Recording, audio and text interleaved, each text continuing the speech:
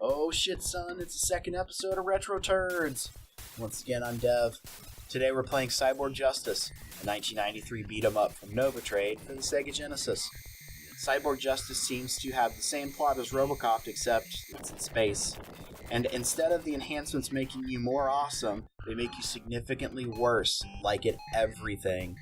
So your characters, we're going to call him Ricky, because the publishers never gave him a name, basically crash landed and almost died. They take your body, they cut out your brain, they put it in a cyborg, and then they put you on a mining colony where you're going to work. The problem is that their brainwashing didn't work. Dun dun dun. So now Ricky in his new awesome cyborg body has to fight his way off of the mining planet by killing the other cyborgs.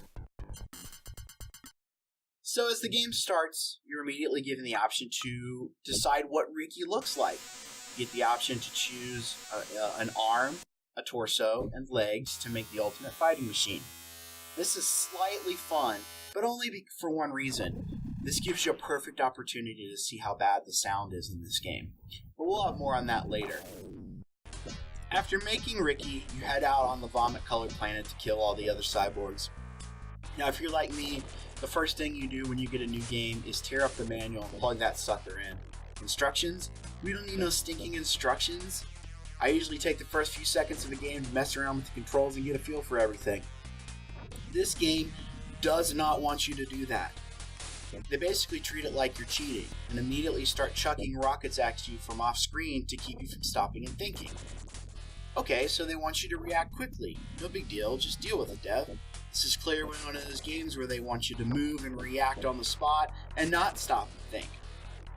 Well, wait a minute. If that's the case, then why does this happen? See, you can't move forward until you wait 5 seconds for the enemy you already defeated to blow up. Which leaves me only two possible solutions for why that's the case. Either the game is so poorly optimized that it can't load the game at an acceptable speed, or they were really proud of their bad explosions and they wanted to force you to sit and watch every single one of them. Maybe by forcing us to move at rocket pace, though, they are doing us a favor, because there is no figuring out these controls. I had to resort to button mashing because I couldn't reliably pull off any moves beside tepid jab and floaty jump kick. Even if I could figure out the button combinations, it wouldn't matter because this game fucking cheats. The enemy AI is insanely smart. Too smart. Like they know exactly what I'm going to do before I do it. There is no strategy to the fighting. You pretty much hit buttons and hope the game has pity on you and lets you kill the enemies before you run out of lives. The graphics are so bad that they had me snickering. All the explosions look like they were glued on top of the game instead of being part of the environment. The planets all look the same, just with varying shades of vomit. The enemy cyborgs all look very much like you, so much like in fact that it's very easy to lose track of which one is Ricky. The sound, oh sweet merciful Nancy of the sound, it's bad. It's hurt your ears bad. It's a well-known fact the Genesis sound card was vastly inferior to the Super NES's, but there's inferior and then there's Cyborg Justice. It screeches and scrapes out bleeps that I had previously only thought dogs could hear. If you can, it's best to play this one with the sound off. So is there anything fun about this game? Ladies and gentlemen, I give to you the Cyborg Pimp Walk. Your cyborg has the funkiest gait this side of Detroit in the 70s.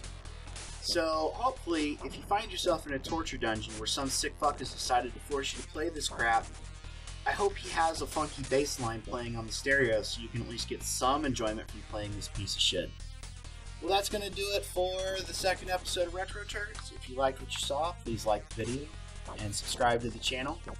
If there's a certain particular Retro Turd you'd like to see me play, go ahead and leave it in the comments. I'd like to see what you got in store for me.